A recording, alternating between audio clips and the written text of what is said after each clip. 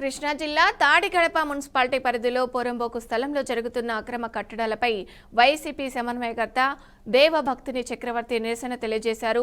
100 కోట్ల పైచిలుకు విలువ చేసే ప్రభుత్వ ఆస్తి ఆక్రమణకు గురవుతున్న మున్సిపల్ కమిషనర్ నిర్లక్ష్యంగా వ్యవహరిస్తున్నారని చక్రవర్తి ఆరోపించారు.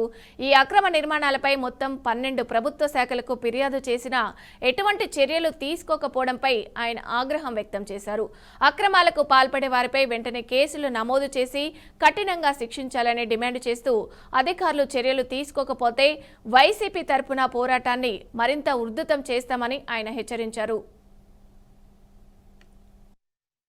ప్రదేశం వారంకి పరిధిలో ఉన్నటువంటి తాడిగడప మున్సిపాలిటీ సంబంధించినటువంటి ఆర్ఓఆర్ ప్రకారం రికార్డ్ ఆఫ్ రైట్స్ ప్రకారం మన వెబ్సైట్లో రెవెన్యూ రికార్డ్స్ ప్రకారం ఇది 483/2A సర్వే నంబర్లో 2 ఎకరాల 8 సెంటు విస్తీర్ణంలో అనుభవదారుల కింద ఫిషరీస్ డిపార్ట్మెంట్ వాళ్ళు ఉన్నట్లు ఇక్కడ ఇది బై క్లాసిఫికేషన్ పోరంబోకు గ్రామకంఠంగా నమోదు కాబడినటువంటి పరిస్థితి.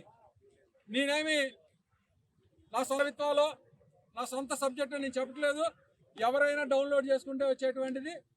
ఈ మీ భూమి అనేటువంటి దీంట్లో రెవెన్యూ రికార్డ్స్లో వచ్చేటువంటి పరిస్థితి.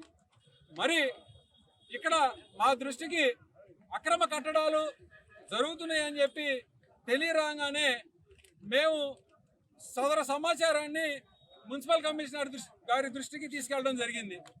మరి మున్సిపల్ కమిషనర్ గారు మీకు ఎటువంటి ఆదేశాలు ఏమైనా ఉన్నాయా? ఈ భూమిలో ప్రభుత్వ భూమిలో ఏమి నిర్మాణాలు చేపడుతున్నారు, మీకు ఈ నిర్మాణాలకి తగినటువంటి ఆర్డర్లు కానీ జీవోలు కానీ ఏమైనా ఉన్నాయా అని మేము అడగడం జరిగింది.